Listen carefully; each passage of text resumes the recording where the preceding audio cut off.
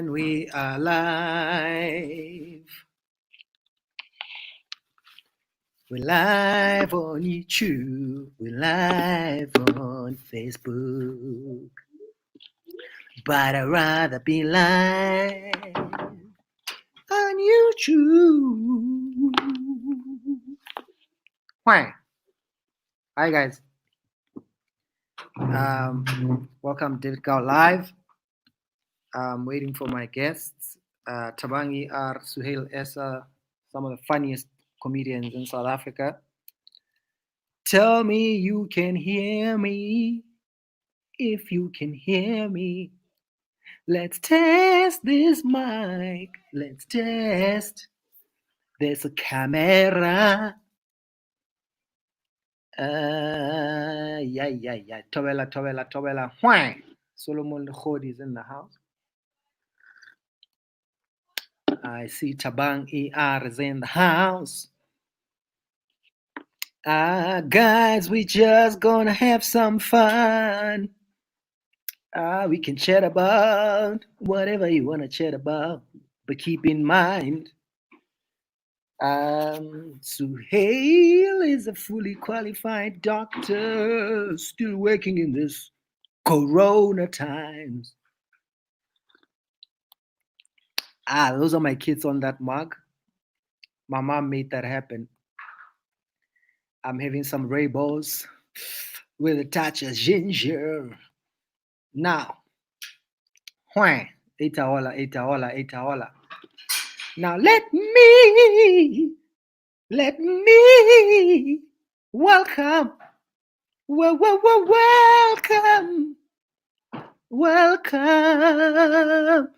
two of the funniest comedians I know in South Africa.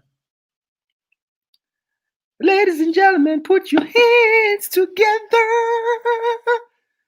for Dr. Suhayl Essa. Hey, Dave, how are you doing, man? I'm good. How are you? I'm all right. Cold, just cold. Yes. I know. Not Man. used to Tonight, these things.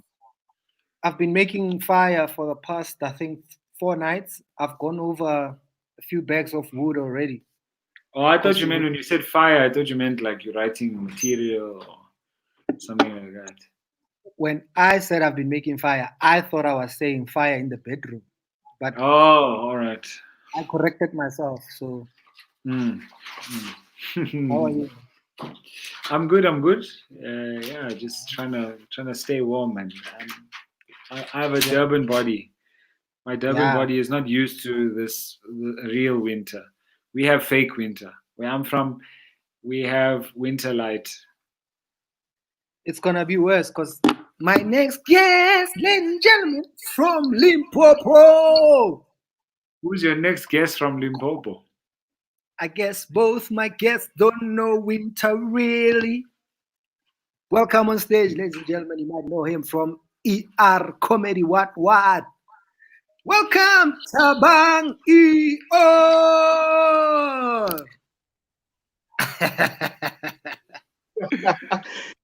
Your introduction was inspired by Donald, né? I don't know why. Yeah, I feel like you could be one of Donald's backup singers. I don't know why I'm singing. I don't know why.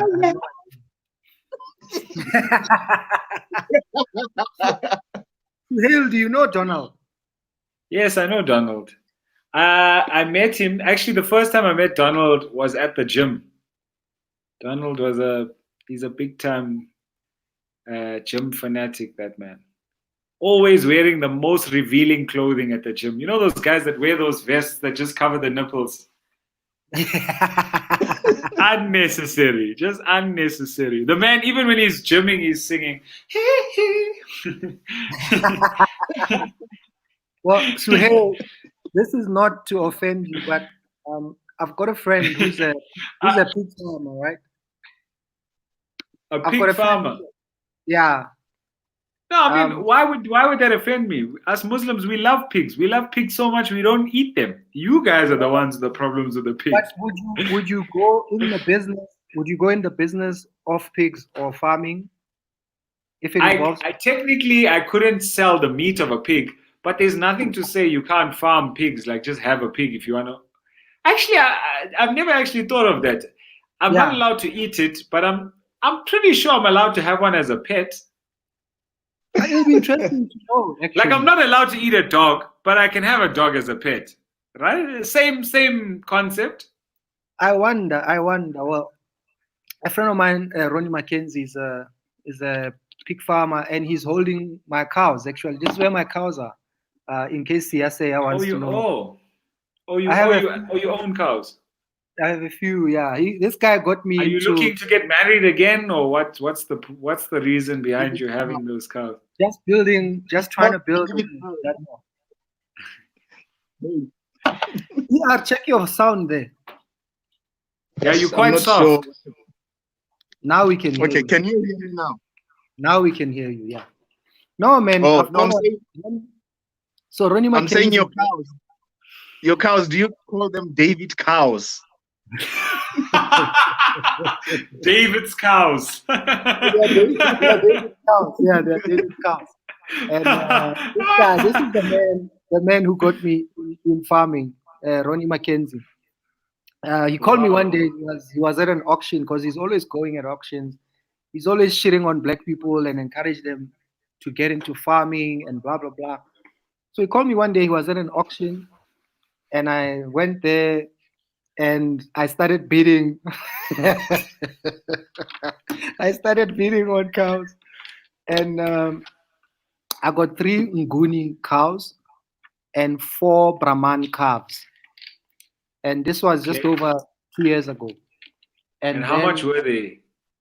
The How much Nguni cows, was for the one Nguni cow?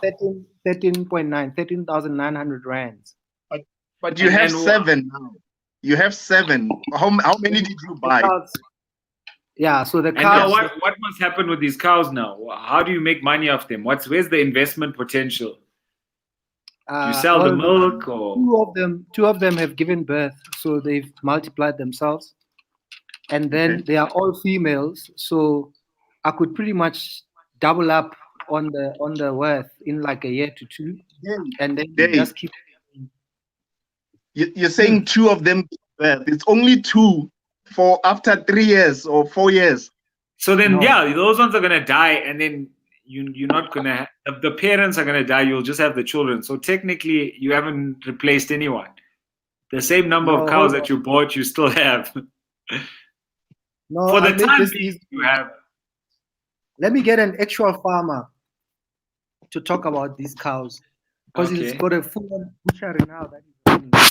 Okay, but now, do you have land where you keep these cows, or are you renting people's land to keep your cows on?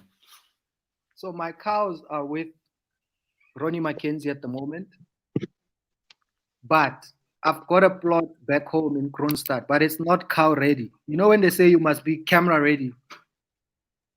My land is not farm ready. But what do you need? What do you need to be cow ready? Let me get Ronnie Mackenzie on. I've sent him the link. We'll wait for him to join us. Welcome. We'll talk about it. Dave, can you guys hear me? Yeah, but I think you should put. Do you have earphones? Try earphones. The sound will come through clearer. No, we definitely can hear you. Okay, we can hear you. Let me get my headphones. We can hear you, but it comes and goes sometimes. And I'm in Pretoria. So if I was in Limpopo, it would make sense. No, don't worry for now, man. Everybody can hear you. Oh, the signal is controlled by Indona that side. So when he goes to sleep, even the towers, he switches them off. Mutumelo is here, and she was here the entire 1.5 hours last night. She's obviously on uncapped data wherever she is. I don't know. Definitely. So someone says they want cigarettes.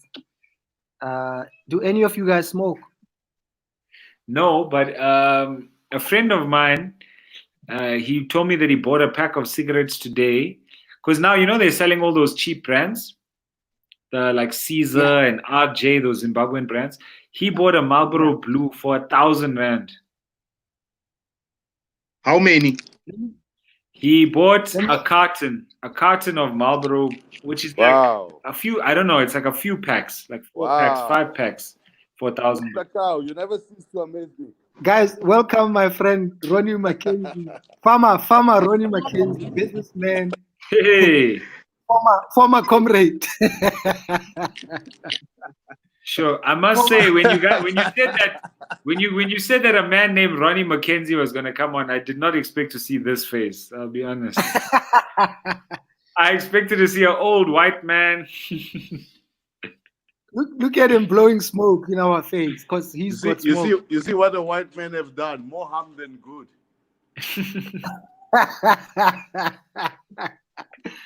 Ronnie, I'm trying to make these guys understand how I ended up having cows, but more important, how are they being taken care of? You're talking about that truck we hijacked with the cows? No, it was a.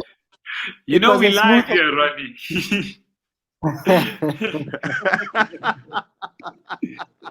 It was a smooth operation because we live. Yes, now the Blitz Patrol are gonna break into David Cow's house. Get down on the floor. Where are David's cows? Mr. Cow is a farmer. Tell us about his cows. Mr. Cow is a farmer by hook or crook. I told him when he runs out of jokes, he should be able to say he's got cows. How many cows are you sitting on now, Ronnie, in total? How many cows am I sitting on? Yeah. I'm sitting on a chair now, but the total amount of cows down there is way above 100. And your investment, my brother, you're not taking care of your investment. You're clowning around. But anyway, I can take care of my. You need to come to the farm, my brother. Leave city life and come to the farm. No, I'm slowly working my way there. Listen, let me first get to level 1. These days, everything is about level. You know when the kids say, "Daddy, when are we going to school?" Level 1, level 1, son. Daddy, when are we getting winter clothes? Level 2, level 2. Daddy, when are we levels, channel levels? You know, here in the here in the farms, there's no levels. I know. There's problem no levels or anything, my brother. But the level. There's no comfort in the farms. The problem is if I try and leave my place to come to your farm, there's a few roadblocks and they might. You must come with the guys. You might want to make an example of me. No roadblocks. When you come, it's essential service. You are coming, you're a farmer. That's all. So you must stop joking when you get to the police. Tell them that you are visiting your farm. Simple. You're providing food, my brother. Yes, sis. I can just imagine the headline when David gets arrested. David Cow en route to David's cows. And in inverted commas, David's cow. But that would be a good one. Good publicity. To see his cow. Good publicity, bad publicity. It's a good one. He needs mileage. Yeah, that'll be front page. Ronnie, what's the address of the butchery? Of the butchery? Yeah. That's corner N14 and R24 roads. In Gauteng. It's not the West Rand. It's still in Gauteng. It's almost bordering. I had orders the last time, but I thought you were going to come and bring the meat. So clearly I'm going to have to come there myself. No, my brother, you're most welcome. You can tell all the brothers where they can get some good. I hear there. What's the brother's name? Suhayl. Yes, Dr. yes. Suhayl. Yeah, we got some halal pork now and then, my brother. Halal pork. So like non-alcohol. You can pop by, but like alcohol-free alcohol. You got pork-free pork. like non-alcoholic alcohol. No, Yeah, there's even a delay when you speak, Ronnie. That's how far you are in Magaliesberg. exactly. You see that type. And you know, to get it halal, the brother there knows it's just a matter of one thing: praying 7 times for it, and it's halal.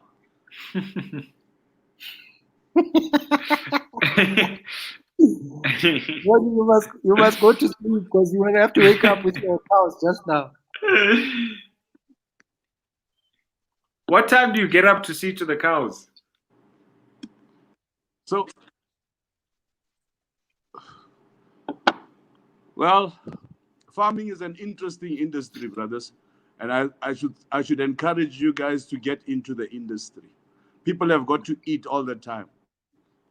Yeah. People can't joke around this time of our time where there's COVID and you guys try to make jokes out of it. And then now you are fixated behind cameras. You can't have stand up. You can't have what. But with farming, you'd be able to still do everything. You're never limited. So start thinking after this COVID what you're going to be doing. People need to eat. Whether they like it or not, they need to eat. So No, get into the industry. It's not a white industry. It's an industry for all of us. So, but I think, by Ronnie, the what's way, important? Yeah. My brother there, Suhayl. Thabang. Sorry, Suhayl. man. I'll keep Suhayl. mispronouncing your Suhayl, name. yeah. Suhayl. You can take advantage of the industry. Do you know that South Africa, we do not produce any dal? And dal is one of a highly bought, what do you call it? A spice? I don't know what you call it. Yeah. But anyway, a seed that's used a lot by our Muslim communities. And it's imported into South Africa. But there's an opportunity for actually planting something of that nature. The industry is big. Mr. Cow has got cows. He needs to just mend onto his cows and visit his cows and increase his cows. No, the next live broadcast we do with you, we'll do it from the farm. So here's what I want to do quickly, right? Because which is something that's been happening in other parts of the world, where people have started doing shows using drive-throughs. The way we used to watch movies, study drive-through movies. In Belgium, Germany, UAE, they've actually started doing a couple of shows, but mostly rave with DJs and some places musicians, live musicians. You know, and Suhayl called me the other day, and he's already, ahead of the pack. Already has put together a production plan and how he wants for us to slowly get back into performing before this thing is over. So now we're basically planning to start doing drive-in comedy shows, But I'm mentioning that because of your land and your farm that you have, because we actually spoke about doing this, but we were just talking about a music and comedy thing and a picnic, family picnic. But now it actually makes more sense that, the venue is there, because we were talking about parking lots, shopping mall parking lots and drive-in venues. But I think it's actually a nice outing. We drive to Magaliesberg. A few cars are allowed to come and watch. We take them on a tour of the farm, show them the cows, the pigs, the chickens, whatever is on the farm. We can go hiking if we want. And then we go into the comedy show, But more interesting, like you are saying, encouraging the guys, if 10 of the comedians I know each bought a cow and we kept them on Ronnie's farms, that's already 10 cows, 10 extra cows on top of what's already there. And obviously it becomes more manageable for us to maintain the farm and the cows and take care of them. But that's just a side thought. You guys must think about it. So tell me, Ronnie, if I had a piece of land that I just bought now, right, and I were to use that land for farming, what would be the first steps that what advice would you give? Let me just Just hold on 1 second. You guys can carry on. Let me just get onto a bigger screen here, my brothers. Okay, sharp. He's about to go sell a chicken quick and buy a laptop. Levels. Suhayl, have you considered any other streams of making money other than stand-up comedy? And obviously, you are still working as a doctor. Yeah, so I'm working I'm back to being a doctor now, but I also I invest. I invest my money in forex, Bitcoin. Forex. Yeah, I'm not a forex trader. Please, I'm not one of those guys. I'm not gonna spam you in your comments on your Are you putting your money in forex? Do you trust it? Yeah. I mean, when I say, I don't mean like, these forex traders that sit at their computer and just go, as it goes down, they buy it. I know the ones that keep posting on my Instagram comments.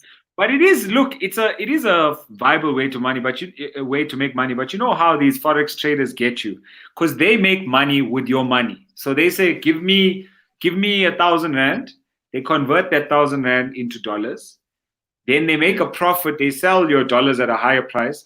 Then they give you back a percentage of the profit. But literally, they're just using your money to make money for themselves. That's it. So they're basically trading forex. So how is he different? How are you different from them, Suhayl? So I take my own money. You can open a forex account in any bank you have, FNB, Investec, whatever, and then what in FNB, Investec? Are those your options?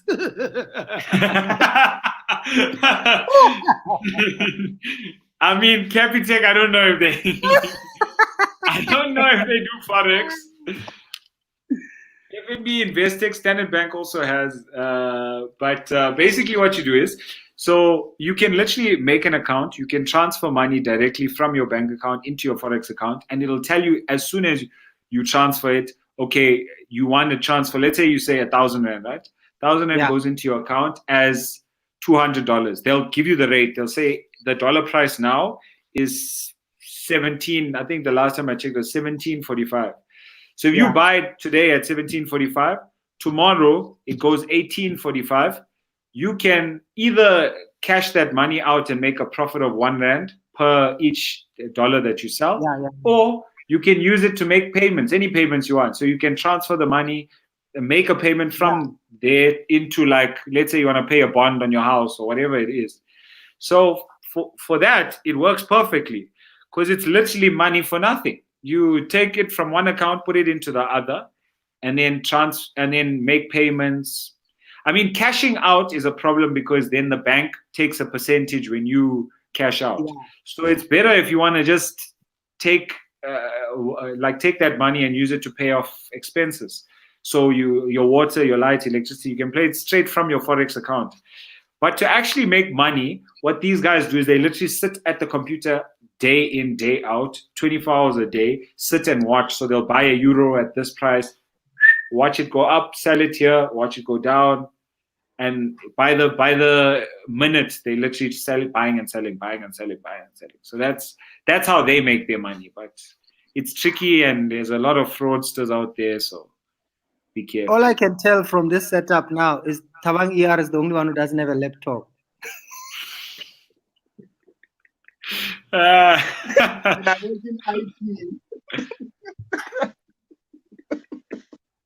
Don't worry, my brother. With that money for a laptop, buy 2 cows. That's great advice right there. See, now so Ronnie, tell us, how much can we potentially make? Like if I bought a cow as an investment, how much could I make off of that cow in a year?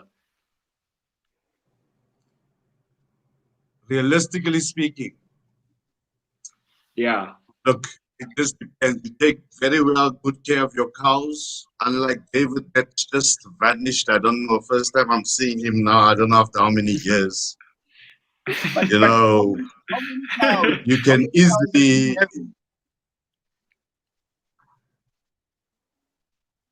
Thabang, your sound is. Thabang, get your act together, my brother. Come on. You know, this corona must have given you. Sound is killing. Yeah. So how much can we make? No, Suhayl, you know, the thing is, the advantage is this about cows. Let's look at the cow on average of 10,000 rand a cow. So if you've got 100 cows, you've got $1 million. If you've got a cow, you are guaranteed, if a cow is well, good, fertile, and what, you guaranteed a cow every year, a calf. Which bank can give you such returns? If you think about it. Shit. So you can make, so every year you can make what, at least 10 grand of one cow. Well, you need 2 cows to make 1 cow. If you're gonna sell something, so yeah, okay, so that's for selling, right? But what about if I just want to buy a cow and for everything else, the meat, the milk, the whatever?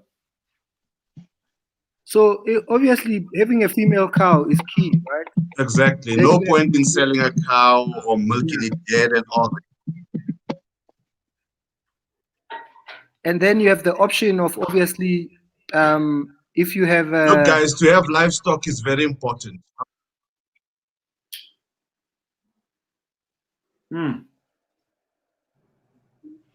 Yeah, because the reason I asked you that question earlier, Ronnie, is my father recently bought a piece of land which he's starting to farm on. And in true Indian fashion, the first thing he planted was chilies. So kudos to your father. No. So he started with chilies. He's got some tomatoes now, some peppers. It's quite a big piece of land. But now he's got his own business now. He doesn't know what to do with this land. Doesn't know whether he's going to sell it or he's going to keep. How big is the land? It's about, let me try and quantify it in like square meters. It's probably like 2,000, 3,000 square meters. That's small. That's like 3 houses in Sandhurst. Yeah, I mean, it's it's a decent It's quite size. big, brother. I understand what you say, brother. You know, we've always been put in little places, so the minute you can be able to just run a little bit, you feel it's big. I'm trying to quantify it, but I really don't know. So Yonela, you want safe Yonela? Thabang, is that your sound? Okay. Let's look at it this way: a football pitch. Yeah. Yeah, it's about at least. Thabang, come on, man, we can't hear you. No, let me restart my phone. It's about okay, three football pitches. It's about 3 to 4 football pitches. 3 football pitches. That's quite big. That's about we're speaking about something like about 10 hectares. Yeah, it's big. No, it's very, very big. Yeah, no, you got the numbers wrong. So I must have got it. 30,000 square meters. Yeah, and for a charo you get. And for a charo, you get in numbers wrong. There's something not right with you, brother. something is not right. And a doctor as well. And a doctor as well. Oh, come on. You know, he duped the system, this one. He must tell us one day. Yeah. Suhayl, did you always want to become a doctor? Was being a vet? I never really thought about being a vet. No, I think it was just being a vet. Being a vet, like you can only study it at one university in South Africa. That's University of Pretoria, right? Very, very niche. A lot of white students get accepted into the program. It's a previously Afrikaans medium based university. So I wasn't really, like, for those reasons mainly, I was like, I could never foresee myself doing that. Let me just become a human doctor. Suhayl, let her speak. I fought very hard. I fought very hard for her to get into UP. Bloody racists there and whatnot. She's now in UP doing veterinarian now. Oh wow! Well done. It was a big fight, eh? Must have been a huge fight. It was a big fight. Yeah, it was a big fight. Extremely. I was following David the knows fight. about I was following the fight on WhatsApp. On what criteria? Can I tell you, University of Pretoria, every other university accepted me based on my matric trial results. University of Pretoria flat out from like June said, no, you don't meet criteria. They didn't say why. They didn't give me a reasoning, nothing. They just said you don't. And at the time I was like, I actually don't give a fuck about University of Pretoria. I'd rather go to Cape Town or Wits or any of the others. So like, you're doing me a favor, bro. Thank you. That's was my. Oh, brother, No, David knows. I went through a hell of a fight. The criteria is just bollocks. I mean, for any person of color to get into that university, it's a strain and a half. The criteria that you need to have grown up around horses and what. I mean, for heaven's sake, we have our people. That's why David's kids will stand a better advantage that they can say they got cows if they want to do veterinarian science. So you can just imagine it's our system. South Africa still needs a big wake-up call. These burkis, they've got us by the balls. I'm sorry. Yeah, man. I mean, they still have Orania. Still have Orania on top. But if we don't speak out, it's the biggest problem. We need to speak out on all these things. And thank you, David, for actually inviting me here and having us here to speak on these matters. So, Dave, tell us, would you accept if a group of Black South Africans said we need to have our own little country within our country? it makes no sense. We own the country anyway. We just don't own the economy of the country. That's the. But difference. what's your thought on Orania? Have you seen any interviews? Have you heard about what their thoughts on the thing is? I know they were asking for food packs. So that's what I heard on social media, which was funny. But then I went and I did some research. Then ENCA went there and like interviewed these people and asked them, we heard you guys are requesting food bags. They're like, no, we didn't request any food bags. We do our own farming here. We have our own factories. We have everything. We don't need the government. We've never asked the government for anything. We're self-sufficient. We employ our own people. They don't even employ any black staff. Their maids are Afrikaans. Their farm workers are Afrikaners. Everyone is Afrikaans in that town, which is very weird. Like, have you ever been to a place where you have a white maid? I had one when the first time I went to London about 20 years ago. There was a white woman cleaning my room when I got back to my But has anyone ever been to Orania? Have you been to Orania, David? No, I've I never haven't seen a bomb saying I haven't Orania in the next 5 kilometers. It'll be fun, I'm sure, to do a show there. I don't know if they'll book a black comedian, but my whole career started out with just me performing to white people and literally just white people. I've performed at the Klein Karoo Gangster Fest, KKK, back in the days myself. Koki Falco. I think John Flesmas was on. What is this? Klein Karoo? What? Gangster Fest, KKK, Klein Karoo Gangster Fest. Does the KKK, did they deliberately name it? So Well, it's called the same Klein Karoo Gangster Fest. You can Google it. It's not like I'm making it up. And it's still to this day still runs. Yeah. The Klein Karoo Gangster Fest. Well, you're not aware. The Klux Klan. You're not aware what you were busy with there. That's what it was called. That's where I met Koki Falco for the first time when we had a show. So where is this festival? Where exactly do they do this festival? It's in those sites, Tabo, Orania. in the Karoo. So not Orania, but around. I think it's not far from Grahamstown where it is.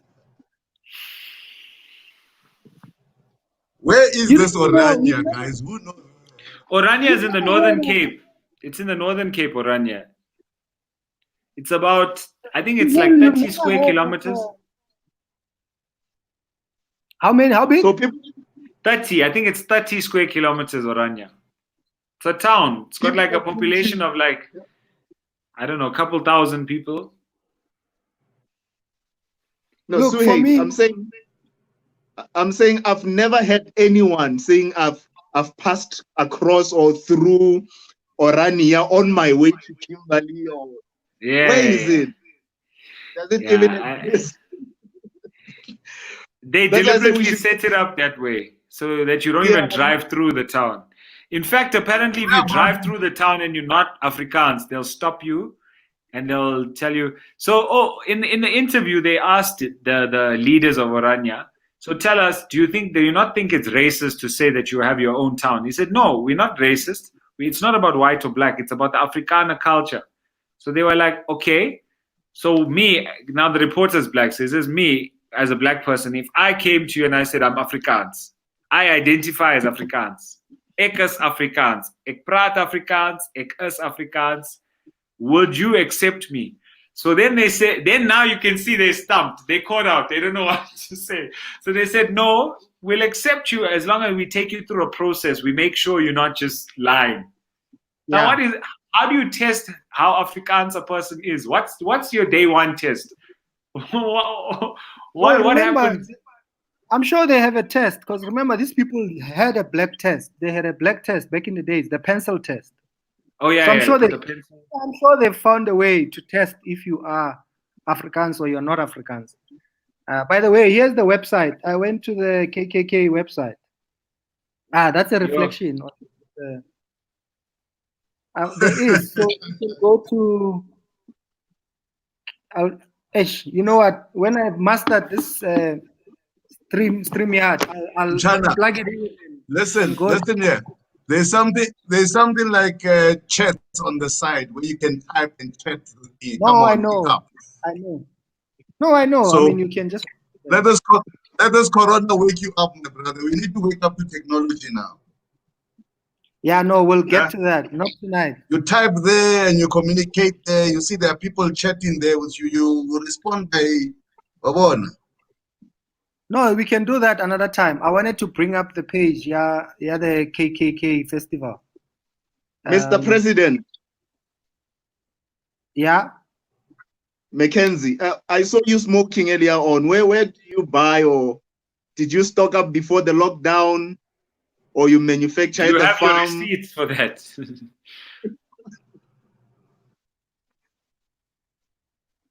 Ronnie, where are you getting your cigars? I'm a farmer. There's nothing limited to farmers. We own the means of production. So you need to understand. He's probably smoking cow dung, guys. He's smoking cow shit. So Ronnie, are you saying you could potentially get cigarettes if you wanted to?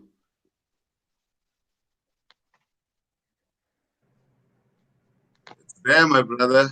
Anything. Yes. Alcohol? You guys need to understand the farming industry. I say you guys need to understand the farming industry. Why is it that Afrikaners don't want to give up the industry? This industry is an industry that is still way below the radar.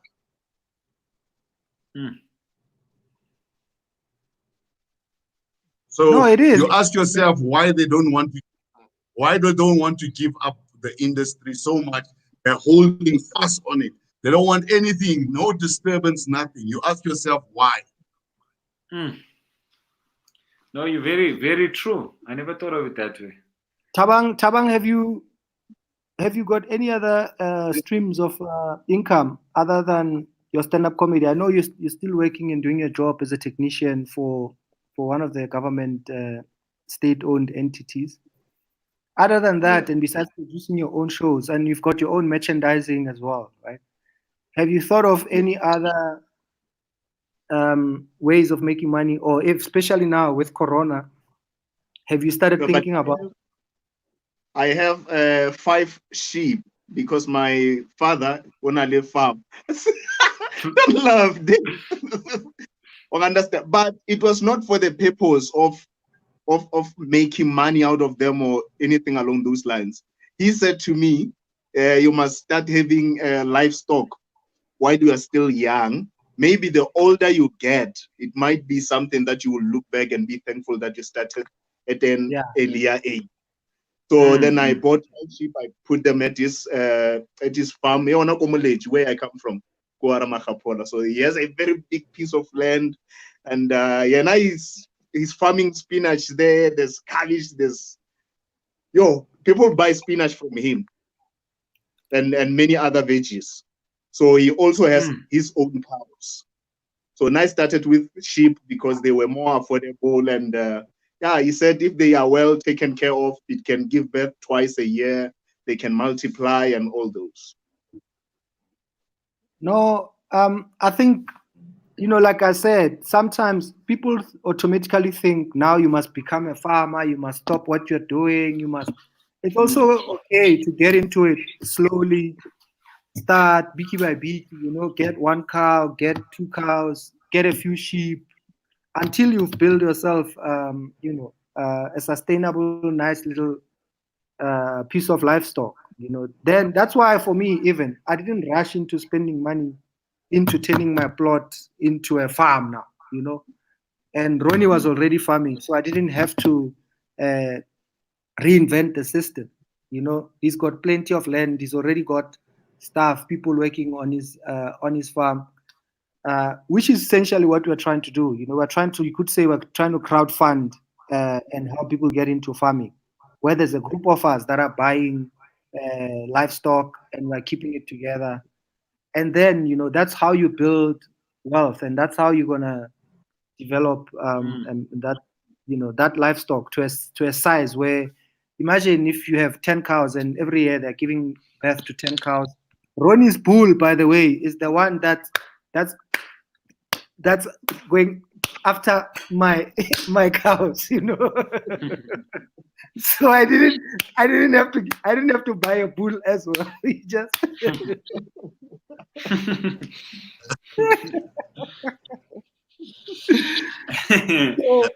so you have to look at all those things, You owe me sperm, my brother. How expensive is the semen?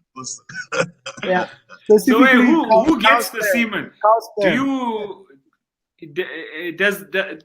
Doesn't it sometimes the bull, he's not always in the mood to mate, and somebody has to go and get the sperm from the bull? No. Does that not happen? No, brother, the bull is raised. It's always raised. Or is it horses? Horses, I know people milk horses. Artificial insemination. Yeah. They take Artificial It's not a insemination. man. Yes, that's the in thing. There's also STDs in animals. What? So you need to sometimes say you're going to get some straw from a different bull from some farmer because you are interested in the breed he has, and you're doing artificial insemination. Yes. Yeah. So there's so much to learn in the industry. It's not funny. No, there is, and I would like to encourage fellow brothers and sisters out there to get into the industry and understand the industry. I mean, sure. I used to grow up. My grandmother is from Matatiele, with animal sex, with animals, mating is not about pleasure; it's about producing. Yeah. So I had to learn all these things,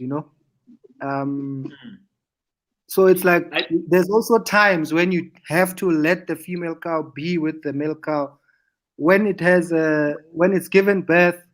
And you are selling milk, then you also control when the calf can go and. The streaming is a bit poor, David. Your screen is very poor.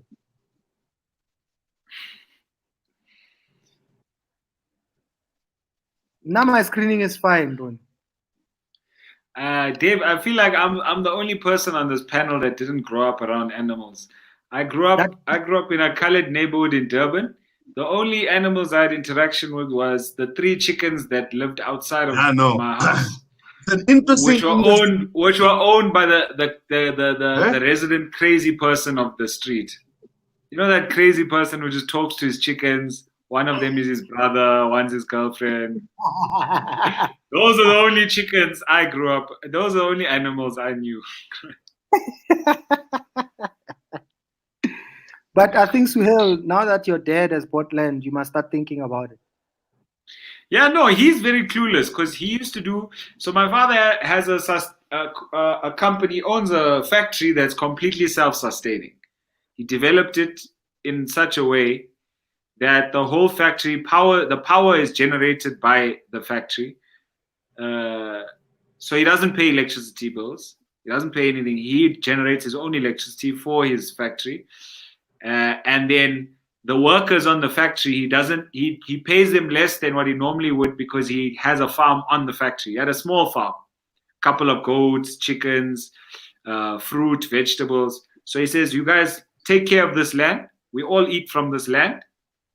And then you guys don't have to worry about food every day. So you take all this money and you send it home to your family. And that's so what do they produce at the factory? Or what do they manufacture? What do they do? Toilet paper.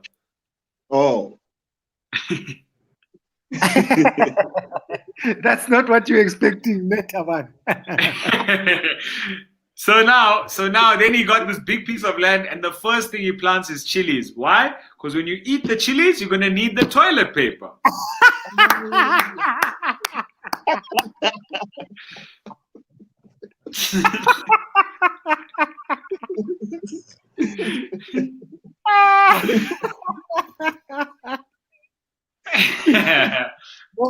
You see, that's why you Indian people need to come into this and bring your own plans and your strategies of how you've also run other businesses successfully, so that it can be meeting of the minds, Yeah, because my father, he wants to start with livestock, but he doesn't know what to start with. But I've advised him to start with sheep, because every year we slaughter sheep. Every year we have 2 Eids. On the second Eid, that's the one where we slaughter. And so every year we have to buy sheep for each person in the family to slaughter. So it costs it's like 6,000, 7,000 a sheep. So it's a lot of money. No. So it's more.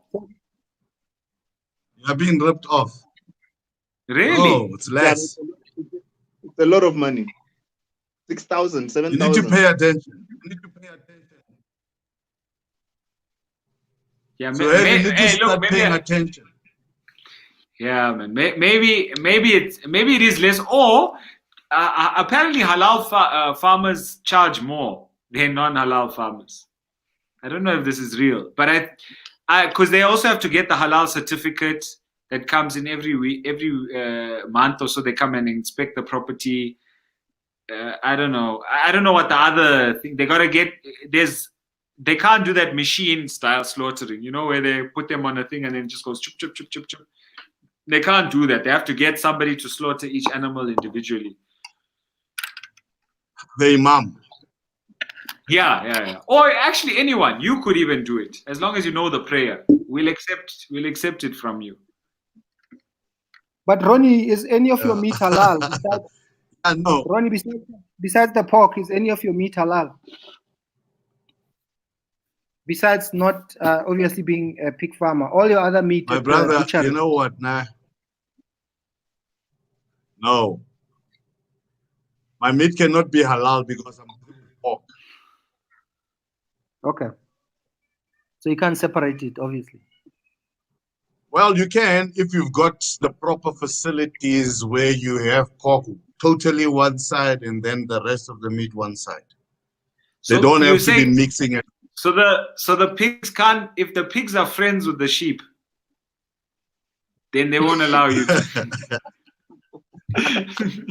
So a guy comes there and inspects. We saw that pig talking to the sheep.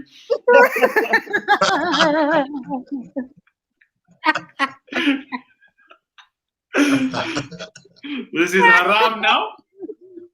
Call us next month when you get your shit in order.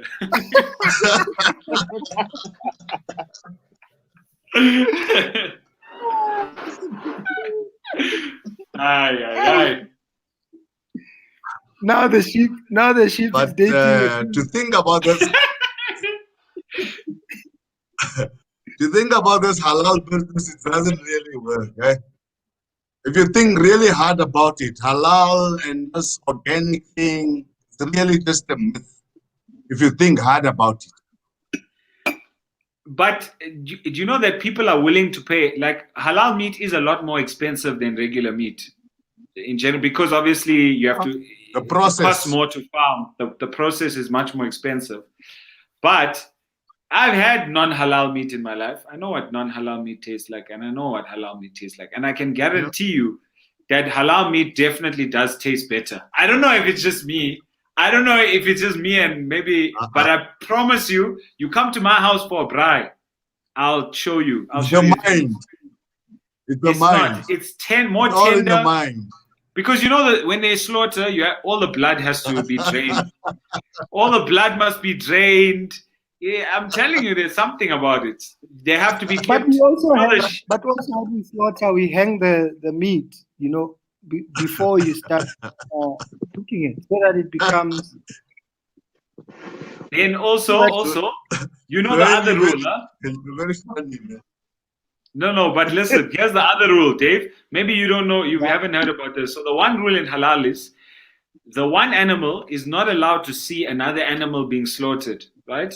Now, obviously, first reason is because you don't want the animal panicking. Because now you don't want to see, like, have you ever witnessed your brother being beaten by your mother, and then she turns to you and says, you next? You know that fear? That's how the sheep feel. Nah,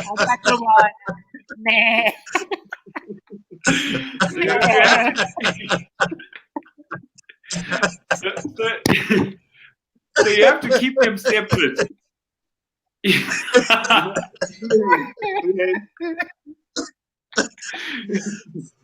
Brother Suhayl, where did they find you, man? You're very funny. Yeah, Thabang, you're gonna ask something. No, I was saying I only understood what is halal when I came to Gauteng. Like growing up from the villages, when they said halal, it means it's something hot. Like it's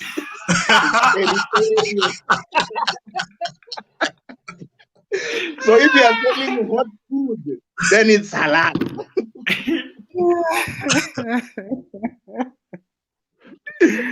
Yeah.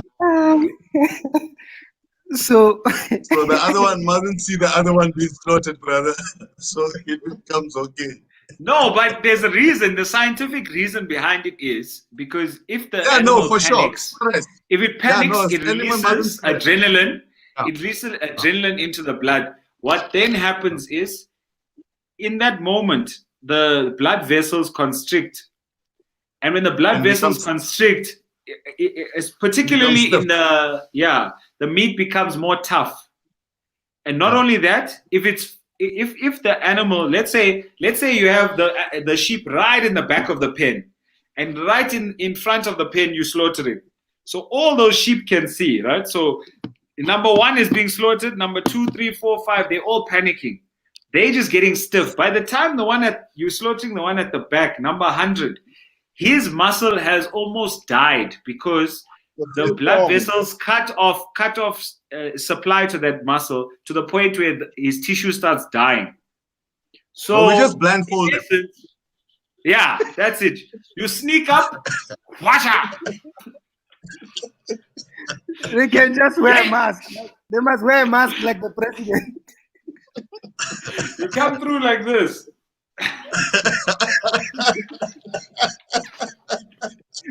Fellow South Africans. Nah.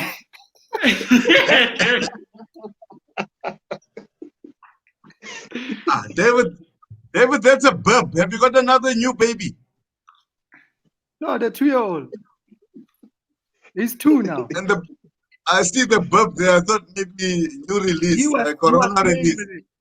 No, he was playing with it. It's from when he was a baby. Ronnie, I can't afford another baby. I will run away, literally. I've told my wife, if she says to me she's pregnant again, I'm running away. I'm out. How would she be telling you she's pregnant again? You wouldn't know. Yeah, bruh. I told her, our number 4 one, I'm out. I'm gonna fake my death. Why don't you just have a vasectomy, Dave? One chip. One time. Yeah. My wife has had one, so I'm Your safe. wife had a vasectomy. Oh. And you, you But my wife has closed her tube. But you're not gonna do it. I'm going to do it. I've been meaning to go. Something always comes up. You know, sometimes it's a gift, something coronavirus, something comes up. Something always comes up. If she's had it done, but if she's had it done, why you need to also go and do it? Because she doesn't want to have kids with someone else. Yes. Yes. Yeah. That's why she wants me to have it. Wow. So both of you will be lame ducks. Yeah. So both of you will be lame ducks. Yeah, you see, this comment is saying my wife doesn't want other sheep to eat for her or to eat in her place.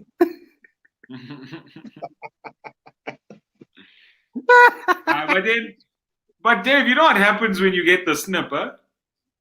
No, I don't. Your penis becomes like the old man. I can do it for you. When you come to the farm, I'll do it for you. It's easy. Just one time. For free. I do it to the sheep and the goat. One time. Just to block the veins. I just hold them like this and then you must tell me, you must remind me when you come. Yeah. I'll tell you what. How about we all first watch a video on YouTube, how to do your own vasectomy, and then because I believe everything YouTube says. No, my brother, I do that stuff. I do it all the time. When I do my selections on which ram I don't want to actually be the ram, I clip the balls. Then it won't. I don't cut them. I clip them. You clip. You'd like clip the vein. No, I know. I mean, I get the idea. The size you using, this size. Dave's balls. No, for years there's a pliers. You're using a hedge cutter here. Yo, guys, check this next question, please. I don't know. I think this question might be for you guys. No, this is for you, Dave, because you were just talking about this. No. You were talking about having children with other people. No, but it's for you. No, I'm not in an open relationship. No, Yonela, David is very much available. No. He's very much I'm available. married to my wife, and I've got one wife. But I have no girlfriends. But after Corona, after level 2, he's available. Must come to the farm. After level 2. Right now, he's inundated. I'm not in an open relationship, but obviously, I don't even know how to answer. You're in a close relationship. It's not open. Babe! Babe! Babe! Call mommy. Mommy! I want to ask you why does she... Yeah. You want to have a vasectomy tonight. That's what you want, Dave. With that question, I can't explain. Your balls are getting cut tonight in your sleep. You're just gonna be asleep. You're gonna hear. What is the thing you had so that you can have kids? Now. No, what did you have? Mirena. It's called Marina. Mirena. Mirena. It's a loop. So you don't have kids anymore. No, I'm sterilized now. Then She's sterilized. That's the medical word. Oh, But thank you. You use could have asked me sanitizer. that. Sterilized. Now wait. After the third baby, I'm sterilized. Yes. Why, baby? Why do you still want me to have a vasectomy? For control. She says for control, Everybody can be happy. so that everyone can be happy, so we can stay happy. Have peace. Viva! I'm quoting my wife. She's right here in front of me. So what happens when you have a vasectomy outside? When I have a vasectomy outside, No, when you have one, what happens? It means outside nothing happens. no, nothing will happen anyway. Not gonna go outside. You're not Are going you to going to outside. have a baby with someone else? Is what he's asking. No, I can't, Chief. No, love. I'm not going to have a baby with someone. I'm not asking. He asked. No, I can't. Just ask. I love my wife. I And love your my life. life. And peace and I love happiness. peace. I'm happy, guys. Thank you. My wife says we are happy. Oh, that's good. Yeah. So you're not planning on number 2? Our number 2, I've got 3 kids at home. Ronnie, stop it.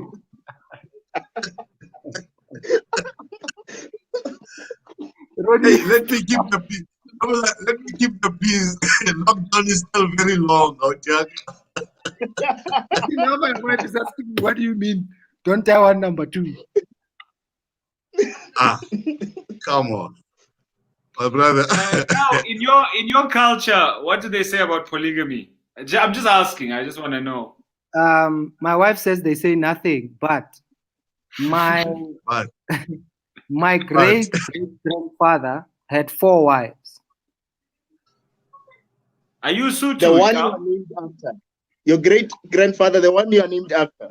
So the one I'm named after was my grandfather, my mother's father, named me after one of his brothers from another mother, from one of the 4 mothers.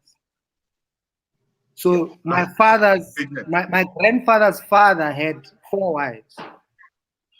So you have the Complex. 4-wife blood in you. It's possible. So I didn't know this until I was already married. If I knew,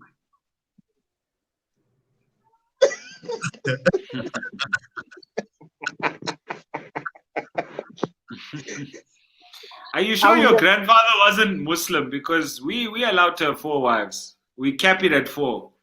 That's where we set the. is it kept at 4?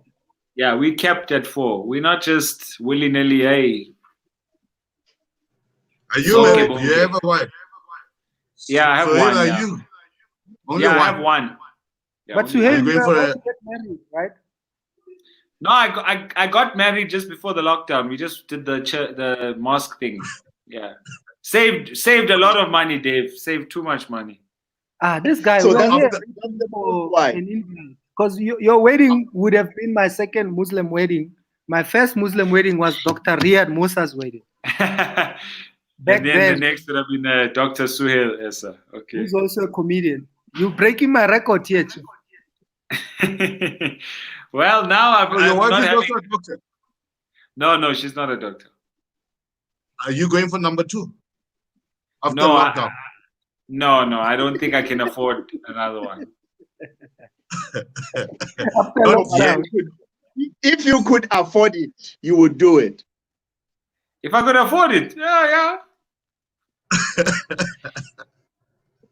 Why So not? meaning if you can win the lotto, you can consider such. Thabang, what's your... are you married? I'm only saying yes because Are you're on earphones, yeah. Thabang, what is your status? That's the easiest way to ask this question. No, I'm not yet married. But it will He's happen. too busy being a Yeah? He's too busy being a part-time bouncer at Taboo.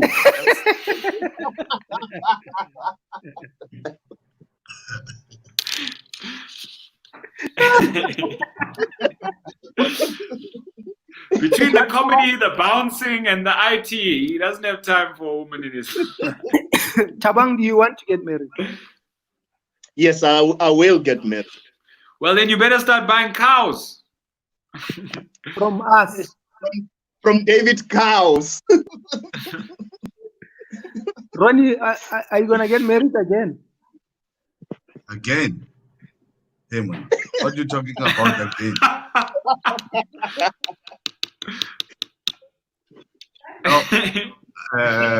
My uncle once asked me a question when I was talking about marriage. If my freedom is bothering me. And that got me thinking a lot. So my freedom doesn't bother me. It's grand. So you've never been married? Awa. In the next Ever? lifetime. Hey, Mchana. But you have kids. Yeah, you don't have Mr. to be married President. to have children, Thabang. Yes, no, definitely. I'm married to my kids. To your cows?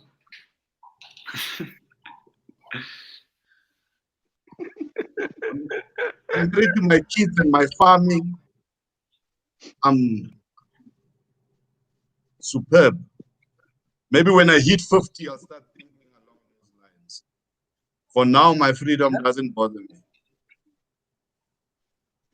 No, we'll come to the farm and you can, offer us more words of wisdom. I hope, my brother. I will do my best. But you guys need to come. So tomorrow when the alcohol is sold, are you guys also going to do the shopping? None of us drink alcohol. I'm out, just in case. None of us drink. You don't drink? Is None there of us- halal? So here you don't drink at all? None of us here drink alcohol. No, I don't. Really? Yeah. Man, Remember that- you Why tried does to offer me, you offered me whiskey on Man- your farm. And I said no.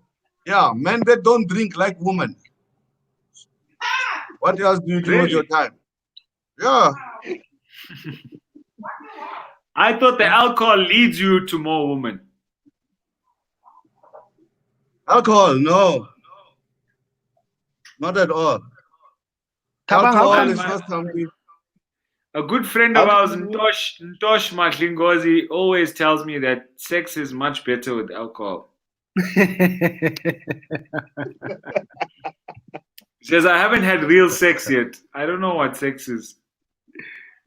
Well, are you allowed to talk about your sex life, Suhayl? Yeah, why not? I mean, well, to a certain extent. Just look at you guys. The two of you are just, before you speak anything, you just check whether the coast is clear or anything. You see, that's what my uncle warned me against, my freedom. They gave away their freedom. So before saying anything, you just have to check all the time. Don't worry, I've locked myself in here. I've got my earphones on. I'm safe. You'll think so, because you're speaking loud. You don't know who's standing at the door listening. Waiting with a slipper. So Thabang, what's the first thing you're doing in level 3? I'm going to try to get hair clippers, or what do you call them? Yeah, I hair want clippers. to shave. Yeah, I want to try to teach myself how to shave. I've never done it before. You must watch Sure, my because- video. I've got a video on YouTube and on Instagram. I mean, I've been shaving my own head for years. Man. Oh, no, never done Really? So I ended up doing a tutorial how to shave your own head. it. I'll check it out. So you even do your own beard? Everything. I've always shaved myself. My wife helps me sometimes just to check I don't have any hairs at the back. Sure. But for years, I mean, I've had my own clippers. I always took my own clippers to a hair salon. Sure. Oh. That's good. It's nice to be bold, man. Suhayl, is there anything you are dying to do that you couldn't do now that maybe you can do in level 3? Well, Ronnie and I understand we are essential services. We provide Yeah. a service to the people. So for us, we've been around. We've been traveling the streets. You miss junk food? I've been enjoying cooking at home. Honestly, I've been making my own bread, pizza. I bought myself a gas braai. I braai like every 2 days. So I actually haven't. I haven't eaten a single takeaway for the last, I think, since the lockdown, and maybe 2 weeks before that. I haven't eaten a single takeaway, and I don't miss it. If I want burgers, I'll make a burger at home. If I want pizza, I'll make my own pizza. Does your wife we make? Yeah. My wife cooks also. You live together already? Like you've got the permit to live together? Yeah, I've got the permit now. Yeah, that was the point. But this Chinese virus, guys, has really brought more good than harm. If you get to think about it, that the tight net that we've actually got into now, the discipline, the ability to cooking. I'm taking more than any other time now. I'm cooking. I'm enjoying with the kids. It's actually something, I think, if it could be mandatory that every year, 2 months lockdown, whether there's COVID or no COVID, or 1 month, really brings unity. Or 1 month, Yeah. We've got a cleaner environment. We've got a cleaner environment. There's no planes flying around. There's no emissions. I mean, it's cool. I mean, No, that's definitely. The greatest emissions comes from cows farting. You know that? Ah, come on. Yes, we do biogas with that. Cow farts is what's destroying our ozone layer. David's cows. Thabang, what was the most positive thing for you during lockdown? What did you get out of it? I'm trying to, because now with me, I was still working until now. So apart from what they have already mentioned, like home cooked meals, and what else? I spent more time on the internet researching about things and lives of other artists as well. Yeah. I was just learning. I was just learning many things on the internet. No, But definitely. It's become very interesting, and you guys must learn gardening. At least small little gardening in your backyard there. Some spinach, some tomatoes. Vegetable garden. So what fruit and veg do you grow, Ronnie? DIY is very important. Fruit and veg. Which ones do I grow? In the garden there, we got spinach, we got kale, we got a number of vegetables. I'm not that big into vegetables. I'm more of livestock. And again, what I want to focus on is grain. I want to really go big into maize production, into soya, into, all your dry things like your beans, your soy, for animal feed. No, man. So if we could just teach ourselves, the DIY that you normally see on fixing the doors, painting, doing all those type of things. I'm telling you, we'll come out of this lockdown far better people than we were. So I think it's back to basics. So if we can just get ourselves to understanding a number of things that we were being lazy on, we've always liked convenience. So now convenience is all taken away. You have to do most of the things yourself. So as farmers, well, that's our thing. Make your own beer. Yeah, a lot of them are making their own beer. But not beer. They are bloody drinking spirits out there. Methylated spirits. I see people make their beer with pineapples, yeast. What else do you need? Cider. Yeah. Sure. My father used to make a lot of ciders with apples from our orchard. Tumelo, I know there's someone on the timeline who's always here every live show. How has your life changed or improved, Tumelo? I mean, Yonela has learned how to code and do her own coding. It's interesting. For me, I'm also interested in knowing how everyday people have taken the time, to see how they can either better their lives. For me, it's simple things, just spending and learning to not spend money, and what to spend money on and what not to spend money on. So those are big lessons, because moving forward, I'm taking everything with me moving forward. I'm going to spend more time at home, drive less, have more meetings online. Some of us, we are attending 100 meetings a year, and maybe one deal or one gig comes out of 100 meetings, but you are paying at the restaurant, you are driving to the restaurant, you are missing dinner at home with the kids and all that.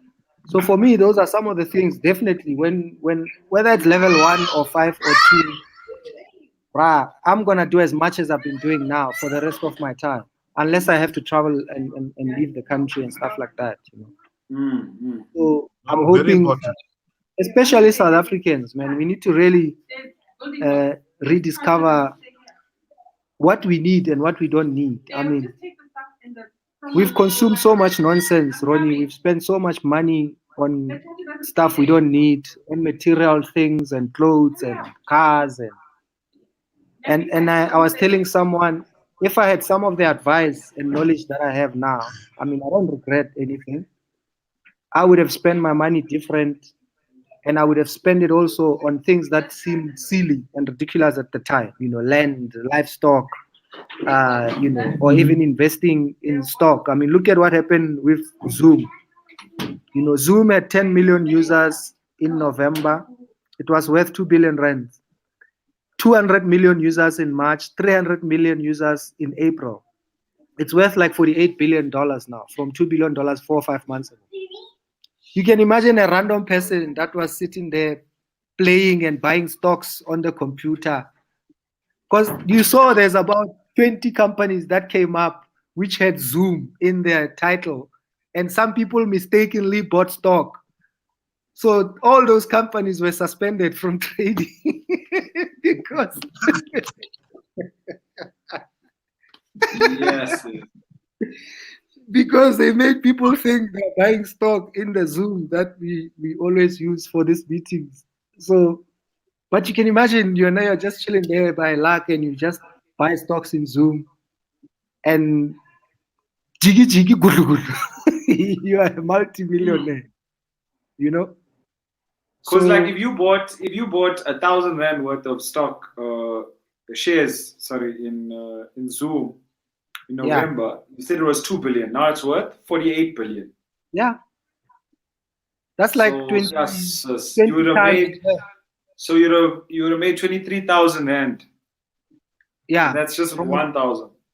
Yeah, from 10,000 rand, you would have made 230,000. Shit. Yeah. So from 100,000, you'd be sitting on 2.3 million. From a million, you'd be sitting on 23 million. You pull out 3 million for some fun. You leave 20 million there. It's gonna go higher and higher.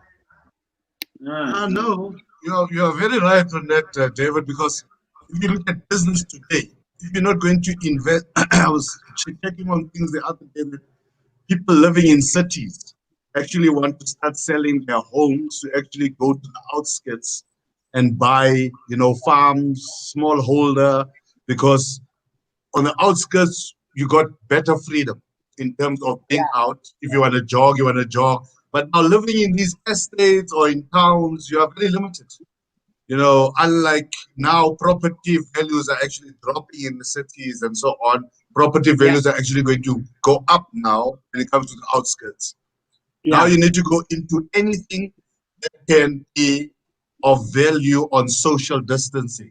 If you invest into motorbikes for deliveries for food, or whatever the case can be, there's less of, because you don't know what tomorrow holds. It can be COVID 2021 or COVID such. Yeah, the sequel. Exactly. But now, Ronnie, tell us, how much would a piece of land out in the outskirts of, let's just say Gauteng, for example, cost a sizable amount of land which you could build a house and have a farm on the outside? Just the land alone. Look, my brother, I can say to you, you can pick up land. See, the thing is that we lack knowledge in terms of land because we've never been in that. Land is not expensive at all. For you to go and buy a DTI, you can buy a very good sizable piece of land. You can buy a good 10 hectares of land, you know, with 800,000 rands or 500,000 rands. Buy a nice piece of land, you go for a borehole, you build a house of your choice, and you still have ample space to doing whatever it is that you want to do. Unlike having to go and buy an apartment for 1 million rand, thinking that you're going to live there or rent it out or what. Rather just go to the outskirts, buy yourself a piece of land. After buying a piece of land, building is not expensive. The only thing that's expensive in building is the finishing touches. Building is not expensive at all. With $1 million bucks, you can build yourself. Yeah, with $1 million bucks, you can build yourself something very beautiful. A piece of land for 300,000 and 700,000 rand on building a house, putting a borehole, doing whatever. Your tip tops. And rates and taxes. Rates and taxes are not here, not there in the outskirts, because there's no those services of pick it up or whatever the case can be. You have your own water. You're not reliant on rent water or whatever the case can be. And if you can, you just get completely off the grid. You go for solar or whatever there is on the market. No, I wanted to know if you think the price of land or houses is going to go down after this whole lockdown. Already has. Oh, I thought what went down is just the bond repayments, not necessarily the value or the price. The bond repayment. So the bond repayments, yes, they've gone down, right? Yeah. The houses are still worth what they're worth, but the people selling houses probably need the money. So they are willing to take less than they would have taken before. Oh. So the house values are still there, but in selling, basically, if you are selling, you're gonna lose money. If you are buying, you're gonna make money or make profit. You're gonna gain on whatever property you are buying at the moment. I saw this. There were Euphonic was having an argument on social media, on Twitter, with some financial advisor, and this financial advisor was saying it's not a good time to buy houses, and Euphonic was like, no, it's a great time to buy houses. Perfect time to buy, not to sell. And this guy was like, no, you need to be, worry about your liquidity, and that's why the banks keep calling you to tell you, do you want to buy? We've dropped the repo rate. And I listened to both sides, but I definitely sided with Euphonic. Euphonic was like, you are some financial advisor who read his textbooks and thinks he understands. Talking nonsense. I'm someone that buys real estate. I buy and sell real estate. I'm in the market. Yeah. And I know that this is a good time. And I've been looking, like me myself, I've been looking at the prices and to be honest, prices have been dropping. I see there's one in Sandown, right? Sandown is literally one road from Sandton City, right? That's the area. 2-bedroom apartment, which normally would sell for about 1.6, 1.7 million, is listed at 1.29 million. Yeah, it's gonna happen. It's gonna be because people can't afford. A lot of people won't even be able to afford their bonds now, especially for their houses. Some apartments they're gonna have to sell and move into smaller. So if you have the capacity, it's a good time to actually, or even sell your house and rent it back from the person buying it. Yeah, it makes sense. Yeah, but you'd be better off to actually sell and get something far bigger than what you have in terms of land-wise. Yeah. So advisably for me, I would say, you know what, if you've got an apartment that's valued at $1 million or whatever the case can be, rather sell it, look for land on the outskirts, buy yourself a piece of land and build whatever it is that you want to build. And land can never lose value, because even an empty piece of land, as soon as you put a toilet or a building, it already goes up in value. So the thing is to buy land. You can't lose money on land. It doesn't. You can't. And you have the options of how you make your land more valuable. You know, planting vegetables, starting a business on the farm, and making your own money. Literally, you know, printing your own money. There's so many things you can do on the outskirts. You know, we can run a factory, you can run whatever that it is that you want to do. It's viable. Unlike limitations in towns where you always have to rezone this or put up that. There's just a whole lot of ballots there in the cities where you guys are. I'm having a ball out here, to be honest. I mean, Suhayl, the fact that you mentioned the drive-in stuff we've been talking about, the drive-in comedy shows. I've got 4 hectares at home in Kronstadt of land.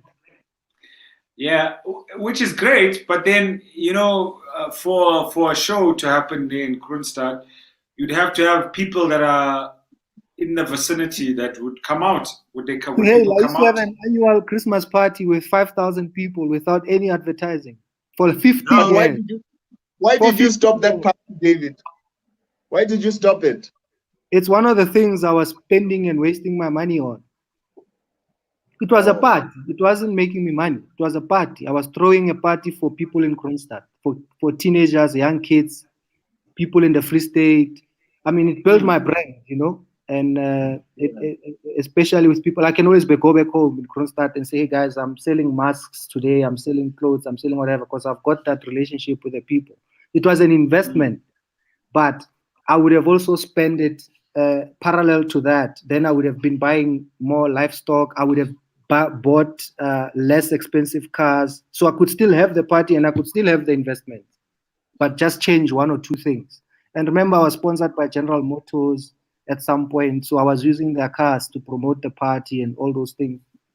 So you always have to check where can you make the best of any situation. It was like advertising budget. You know, you can't be an artist and not have a marketing budget. You are just a disaster if you're doing that.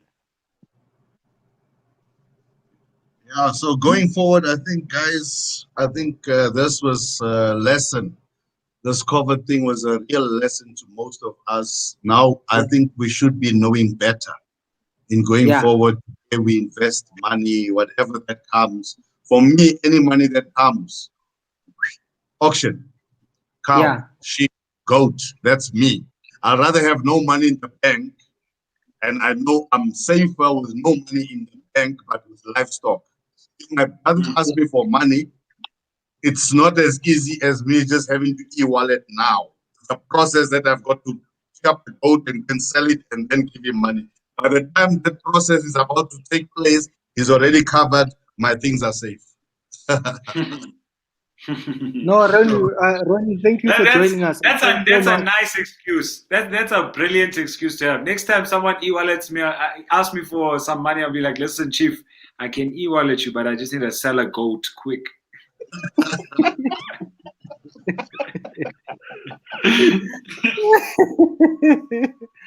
No, but Ronnie, yes, thank you so much for the advice, man. And you know, at least this thing will live here forever. You know, people watched it live. The video will be here.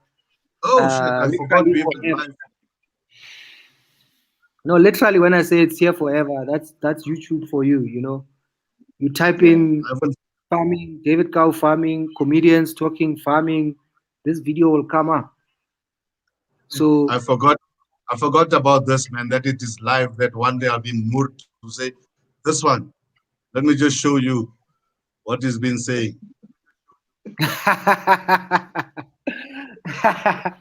No, you said all the right things, guys. You said all the right things.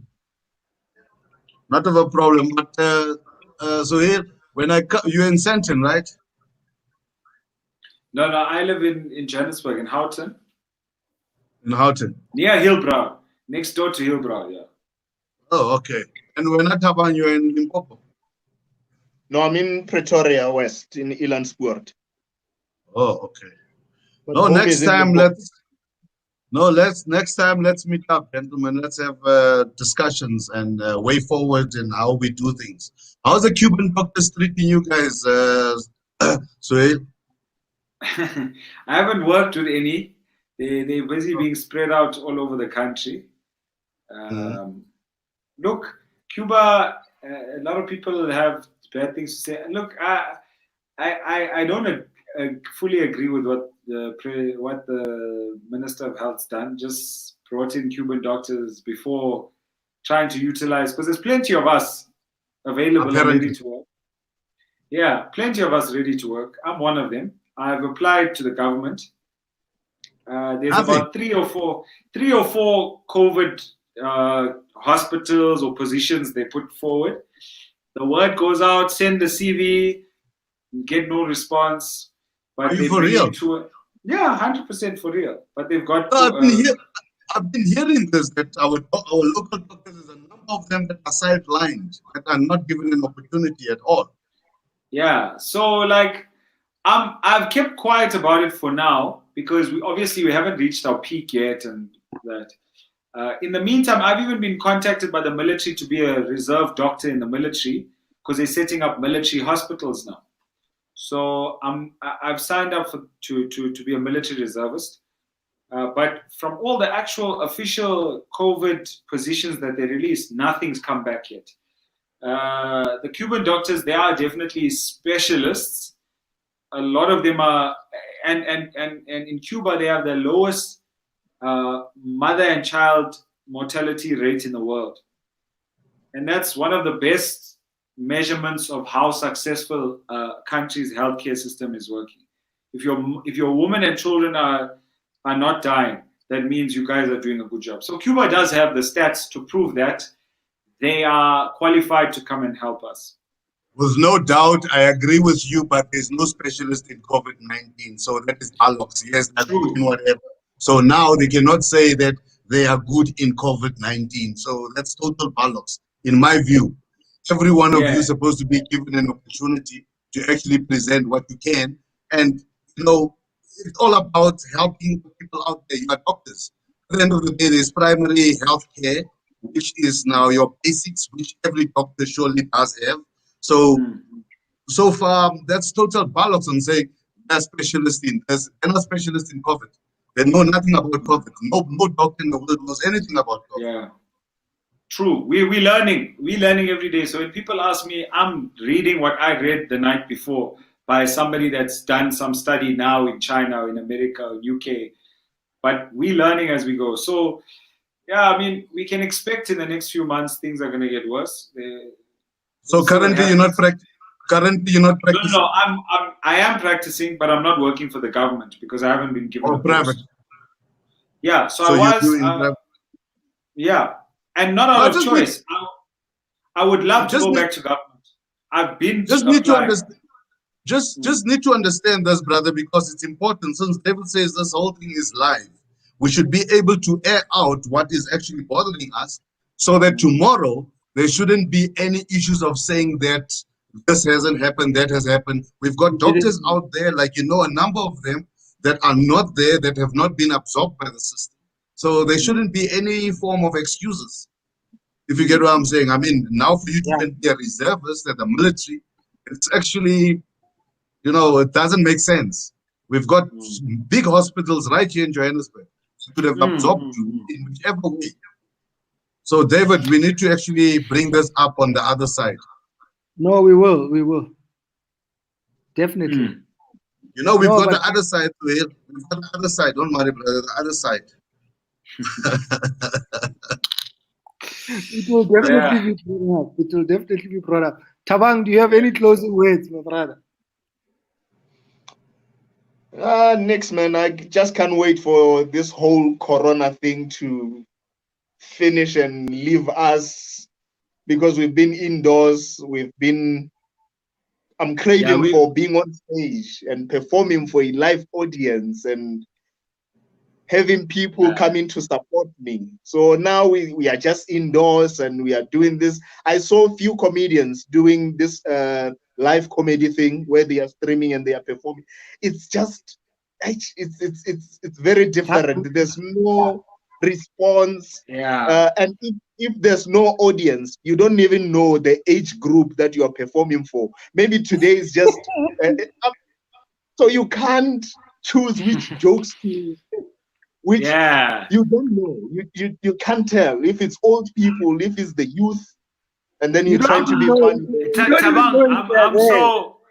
Thabang, I'm so desperate. I'm so desperate for a crowd.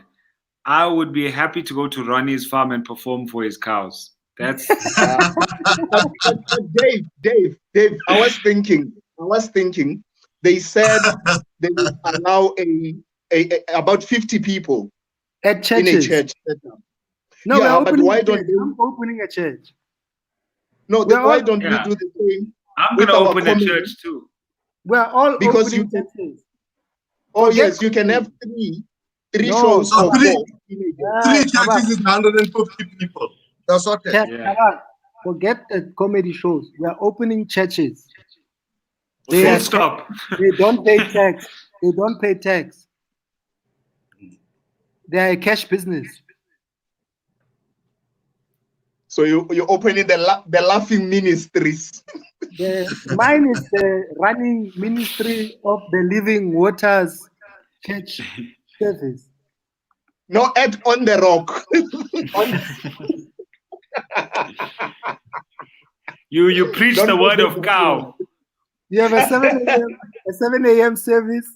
You've got 8:30. You've got 10 o'clock. You've got 1 o'clock, and then you've got 6 p.m. Then you've got 7:30 p.m. You can run 5 services a day, every Sunday. Correct. You got this sorted. Just invite me as a minister there to come and preach. No, that's how exactly when I have visiting pastors coming to preach at your church, I'll go and visit Chris Forrest's church, meaning we're going to Thabang ER's church, just like the pastors do it. You come to my mosque. No, but maybe we need to, is there any other way that we could maybe address it with the arts and culture minister or something so that they allow us, those who perform in theaters, which can accommodate 50 people and they enable social distancing? You will lose so much money. Dave, when I book State Theater for that Friday, the whole day, the hall belongs to me. The same with UNISA. So I can have 4 shows in a day. One-man show. Oh. But no one comes to shows at that time. No, I start 3 p.m. Fine. No one comes to shows at that time. Look, we start selling the first show that will go on sale is the one that starts at 8 and it sells out. Then we open ticket sales for 6. After it sells out, we go down until 3 p.m. Have you done a show at 3 p.m., Thabang? But guys, tell me something. With this type of a thing, you're unable to actually do comedy where to get in. The same thing, like, let's say for instance with a computer, there's got it in a cafe or whatever software. You can. You to be able to use it, you need to buy. We can. So why are you not doing that? I mean,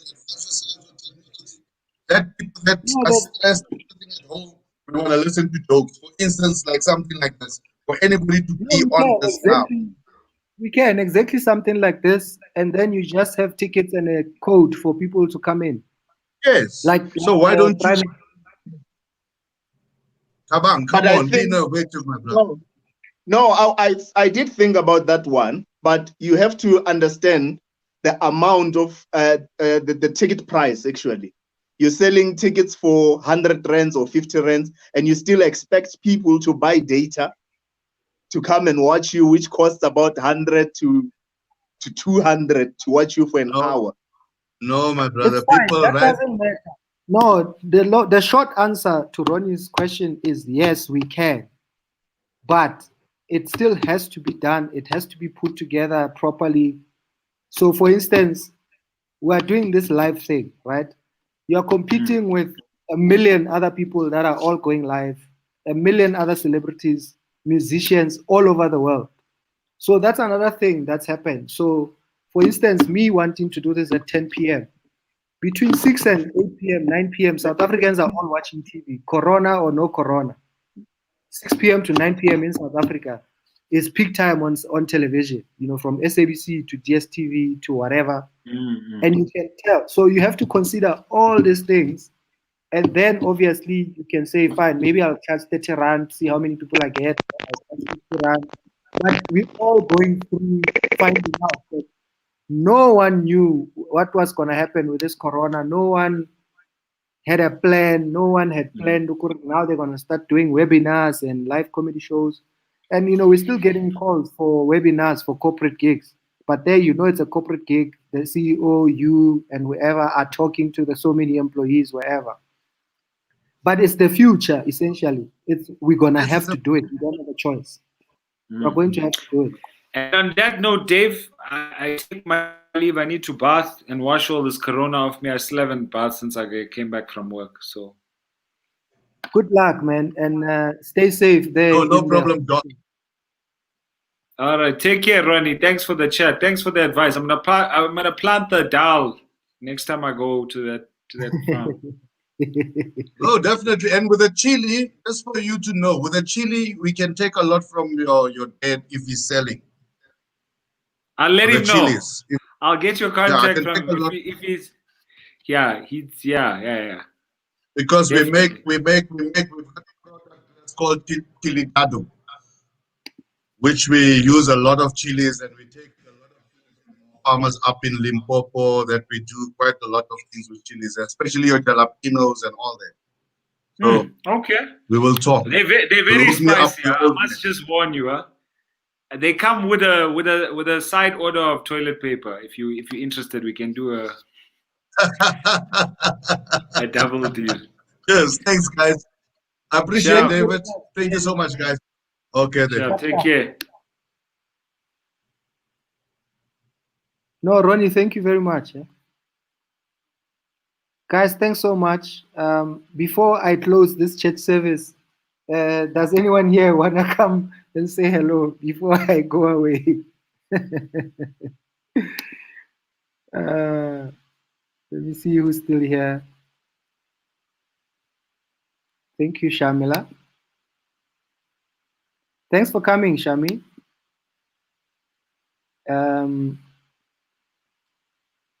Guys, thank you so much for staying and for coming back and joining and listening to us talk nonsense. But, at the same time, obviously, I think even myself, I learned quite a lot from having the doctor here, the farmer, Thabang.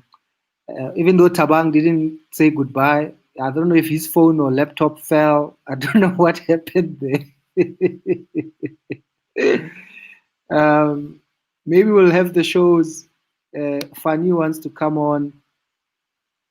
Okay, Fanny, let's do this. Type your number there in the comments and then I'll send you the link.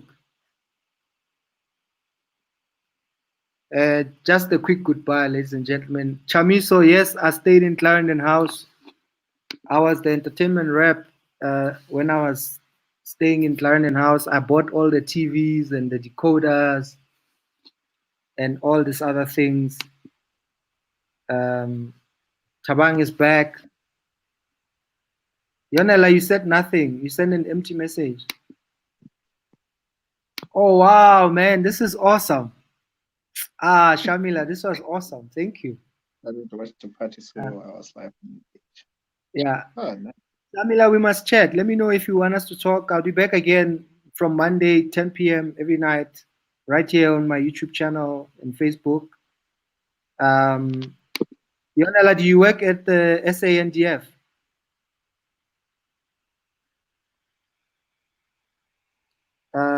Thabang. Sure. Welcome back. Yo, man, give my battery. I was on 2%. Now I'm on 1%, though. So, yeah, I just had to come and say my goodbyes. Yeah, no, say goodbye properly, for followers and fans that joined us today. And a big shout out to Mr. President. Mr. McKenzie. Mr. McKenzie.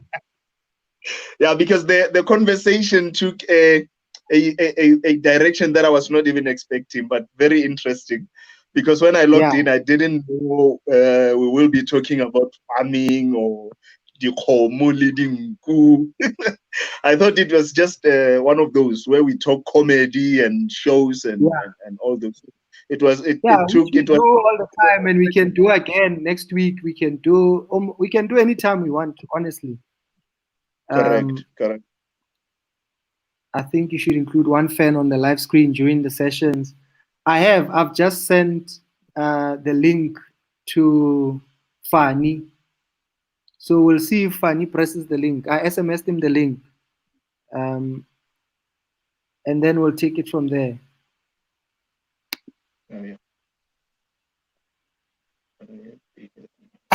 Yone la tla ka dipolitiki yong.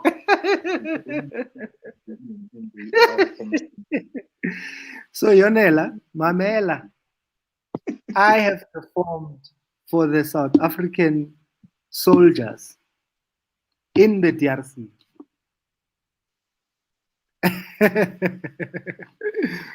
It was a goodwill trip in the year Nelson Mandela died. And every year you kind of go and cheer the soldiers up that are there, because obviously they're not with their families and stuff like that. So I don't know why they're there. I mean, they're there. South Africa has troops in peacekeeping missions in Africa. Some of them part of the United Nations. But sure, I'll find out some more. Yes, we can discuss. That's not right. That's not true. Okay, that's not true. Who's her source? Where is she getting all this info that we don't know about? Shamila, thank you so much. Terrorizing DRCs. Ladies and gentlemen, please welcome. Let me say the name right. Fani Muleli. Oh, Brafani. Hola. What's up, Joe? I see you are wearing a black songly hat. Hey, Tara. Say that again. I see you are wearing a black songly hat. No, is that not a black songly? I am sharper data. No, I see one. I see one, but I get SSFB. Yeah. Oh, okay. So what do you do, Fanny? I'm a professional soccer freestyler. So what I do soccer freestyling, and then also through my company gets a marketing for the corporate. And then I also have a development sports. So I'm a sports development. Can you put your profiles there on the chat so that I can put them on the screen, and then obviously your social media, wherever people can book you for gigs. Did you do something with Kaiser Chiefs the last few weeks? Dave? Yeah? No, I'm not sure if you can hear me. No, I was thinking because my battery is still very low. I'm on 3% now, and it looks like it's gonna take forever. So I was saying no. Let me say my goodbyes, just to thank you for the invite, and also to thank everyone for watching. And they should not forget to subscribe to your YouTube channel, to my YouTube channel, Thabang ER. So did you finally start a YouTube channel? Yeah, I do have. You should check it out. I subscribed to you as well, so you should check out mine. And I'll subscribe to you as well. Thanks for joining me, Thabang. Thanks for your time. Yeah, so you can add that brother. I just forgot his name. Then when I'm back, I will watch from the other side. Sure, Bratavan, before Vaya. Sure, Bratavan. Sure. Before Vaya. So do you still remember me? The company that goes to Mall of Africa, this other day, then we spoke about music. Oh yeah, I remember you. Yeah.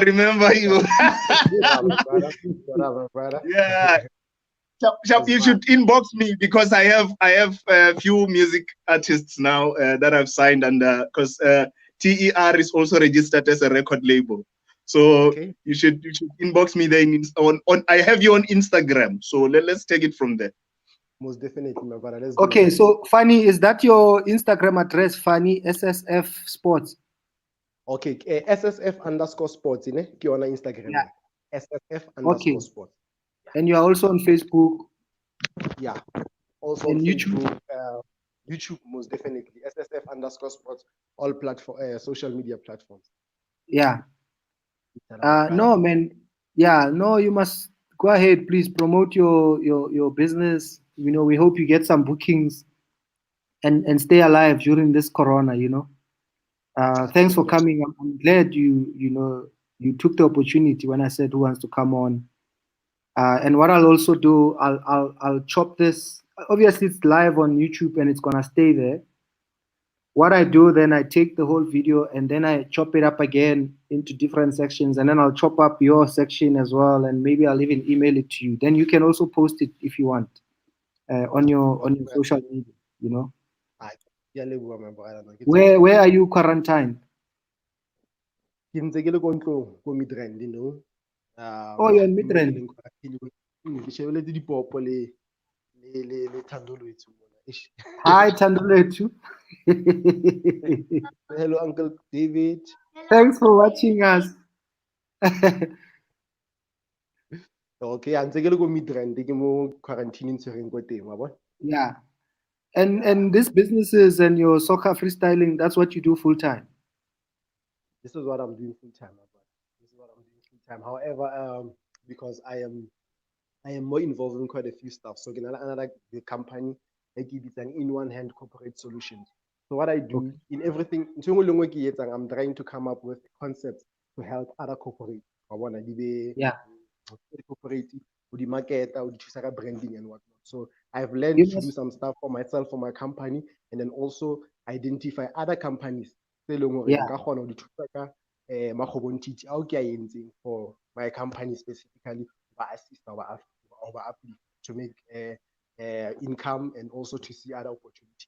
Do you think you can teach kids to freestyle with a soccer ball? Is it something you can teach? That's what I do every day, my brother. Good. And you must put it on your social media. Is there at SSF Sports in the tutorial videos, and my coaches as well, they do lockdown. There's a program that I call a lockdown training on YouTube eating, Instagram eating.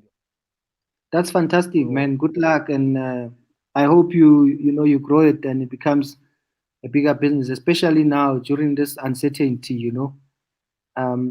Do what you're best at. Don't give up. Just keep going. Just keep doing it. I've been doing this comedy thing for 21 years. I'm still trying, and I'm still hoping to get better at it. You know that for sure, man. And he's been looking up going on Killer One. So thanks a lot, Luenaga. So the Killer One, inspire as the young entrepreneurs. It's not about but class, you can still make it big and change lives. Yeah, man. We are human beings first before anything. That's important. You understand? Hey, Tara. So? Hey, Tara. But you mean second to guarantee by me to go live because okay, sure.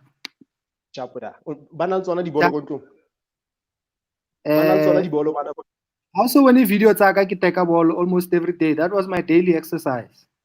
Okay. Cool. Yeah. If get homework, then we'll take it from there. Then. Okay, sure. Sharp with us. Hey, Tara. Tara. Hola. Guys, thank you so much. We've been here almost 2 hours. I don't want to kill your data because I want you to come back. Tomorrow night, I'm supposed to have Mr. Chris Mapani with me tomorrow night, 10 p.m. Of course, someone else is going to join. One of you guys will join us. And then you never know, anything can happen. So I hope you can all afford to come back again. I'm having fun. I'm having fun with these live chats, and you know, I plan the times. I plan to have them. I talk to some guys to come and join me, but you know, we're talking about life.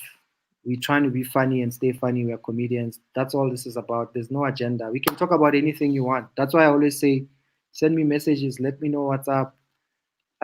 You can text me your numbers if you want, so that I have the numbers up front. Then I can send you the link to come and join.